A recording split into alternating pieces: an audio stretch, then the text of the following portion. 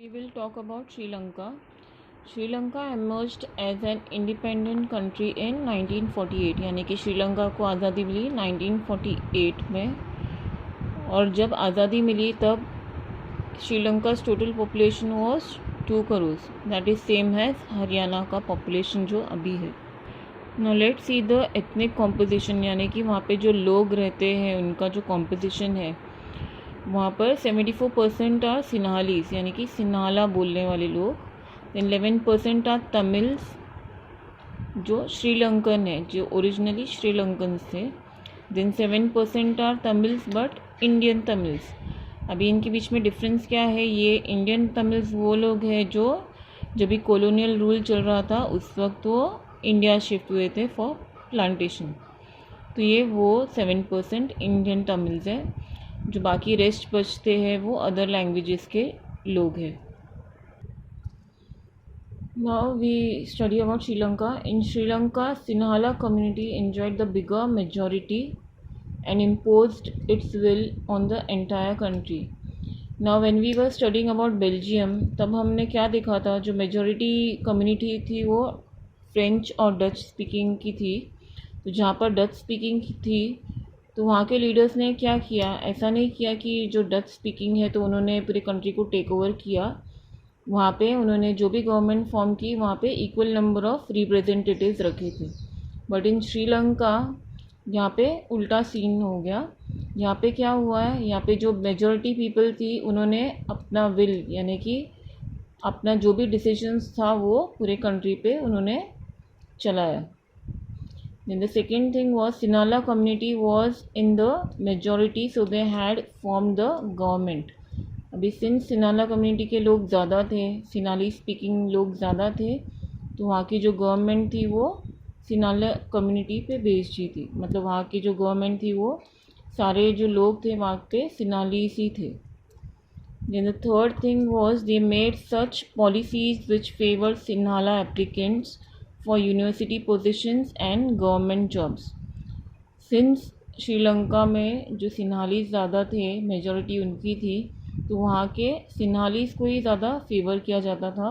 वहाँ के सिन्हाला एप्लीकेंट्स जो थे उनको ही यूनिवर्सिटी में भी अच्छी पोजीशंस दी जाती थी और गवर्नमेंट जॉब्स भी अच्छे दिए जाते थे। तो जो बाकी जो तमिल्स थे और जो अदर कास्ट के पीपल थे उनको इतना प्रेफरेंस नहीं दिया जाता था। Now when the government of Sri Lanka, it was taken over by the Sinhalese, what happens? What happened to the people over there? The steps taken by the government gradually increased the feeling of alienation among the Sri Lankan Tamils. तो अभी ये जो steps लिए थे सिन्हालीज ने, जो overtake कर लिया था वहाँ पे, क्योंकि वो एक मेजॉरिटी थी वहाँ पे, तो सब कुछ उन्होंने अपने हाथ में ले लिया था। बाकी जो दूसरे लिंग्विस्टिक ग्रुप्स थे जो माइनॉरिटीज़ में थे उन पे बिल्कुल भी ध्यान नहीं दिया जाता था। तो ऐसे में क्या हुआ, जो श्रीलंकन तमिल्स थे उन्हें एलिनेशन की फीलिंग आने लगी, यानी कि उन्हें लगने लगा कि हमारी तो कोई पहचान ही नहीं है, हम यहाँ के हैं ही नहीं। तो वो फीलिंग ही नहीं आती थी उनके लिए। फिर आगे चलकर क्या हुआ, Sri Lankan Tamils felt the constitution and government policies denied them political rights, discriminated against them in getting jobs and ignore their interest. तो इसकी वजह से जो श्रीलंकन तमिल्स थे उनको लगा था कि जो गवर्नमेंट है वहाँ की वो हमें पॉलिटिकल राइट्स भी नहीं देती है, क्योंकि ना ही वो गवर्नमेंट में वहाँ पे एंटर हो पाते थे, ना ही उनको वहाँ पे अच्छी एजुकेशन और ये सारी चीज़ों की राइट्स थी, ना ही उन्हें अच्छी जॉब्स मिल पाती थी। Now what happened when the Sinhalese form their government. तो सबसे पहले उन्होंने एक काम किया। In 1956 they passed an act in which Sinhala was made the official language and Tamil was disregarded. अभी वहाँ पे सारे लिंग्विस्टिक ग्रुप्स थे, तमिल भी था, सिन्हालीज भी था, लेकिन सिंस सिन्हालीज ने ही गवर्नमेंट वहाँ पे बना ली थी तो उन्होंने ये एक्ट पास कर लिया जहाँ पे सिन्हालीज को ऑफिशियल लैंग्वेज रिगार्ड किया गया था और तमिल को इम्पोर्टेंस नहीं दी गई थी।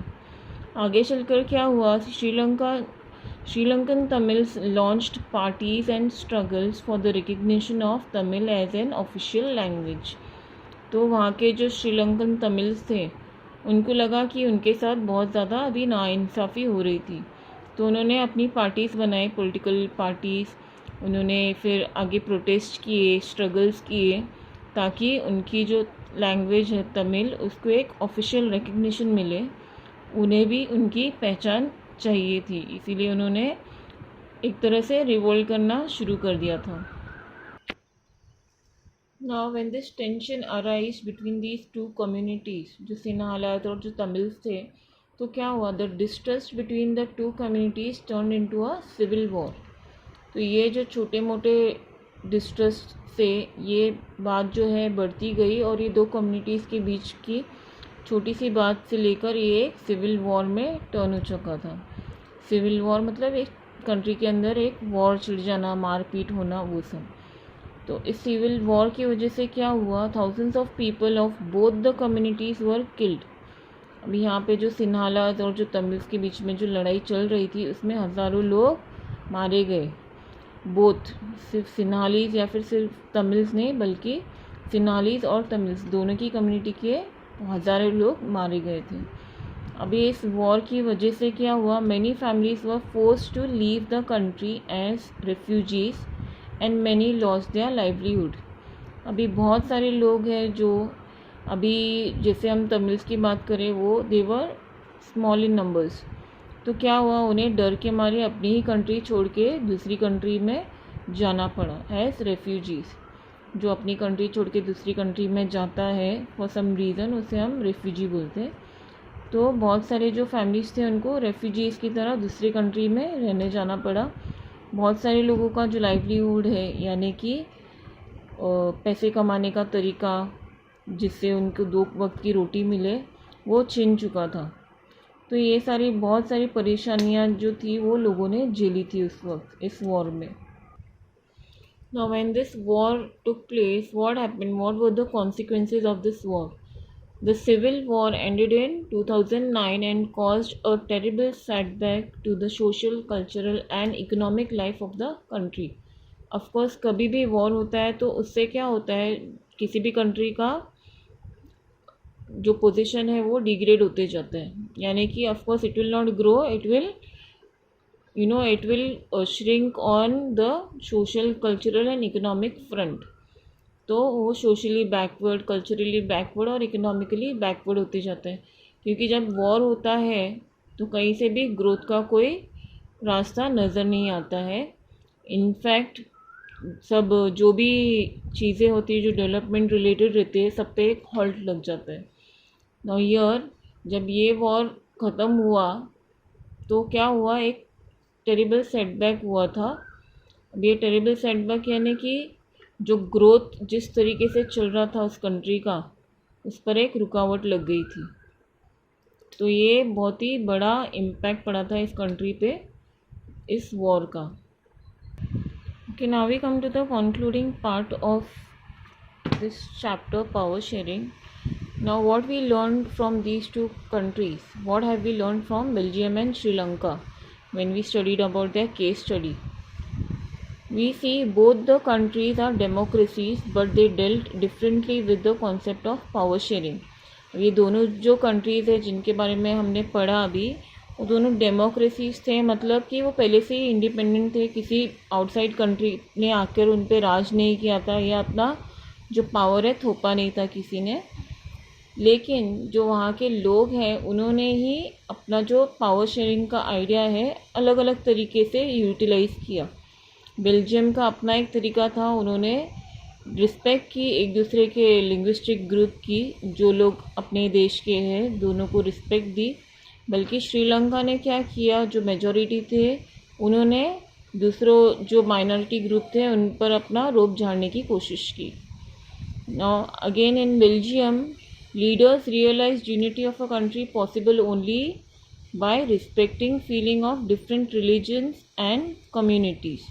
तो बेल्जियम ने क्या देखा, लीडर्स वहाँ के बहुत ही वाइज थे, समझदार लीडर्स थे, जिन्होंने देखा कि यूनिटी, जो कंट्री की यूनिटी है वो तभी पॉसिबल है, देश का जो यूनिटी है या फिर देश को हम आगे तब बढ़ा सकते हैं जब हम एक दूसरे के फीलिंग्स को रिस्पेक्ट दें, दूसरे कम्युनिटीज़ को और रिलीजन्स को भी रिस्पेक्ट दे।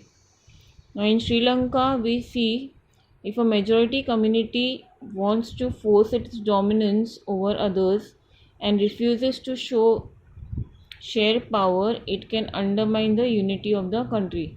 ये श्रीलंका में हमने देखा कि जो मेजॉरिटी कम्युनिटी रहती है, अगर वो फोर्सफुली अपना डोमिनेंस अपना राज या अपना पावर किसी के ऊपर दिखाना चाहती है और पावर शेयरिंग रिफ्यूज़ करती है, तो क्या होता है, एक कंट्री की यूनिटी जो है वो सफ़र करती है, अंडरमाइन हो जाती है, यानी कि ख़त्म होने लगती है, जैसा कि हमने श्रीलंका में देखा।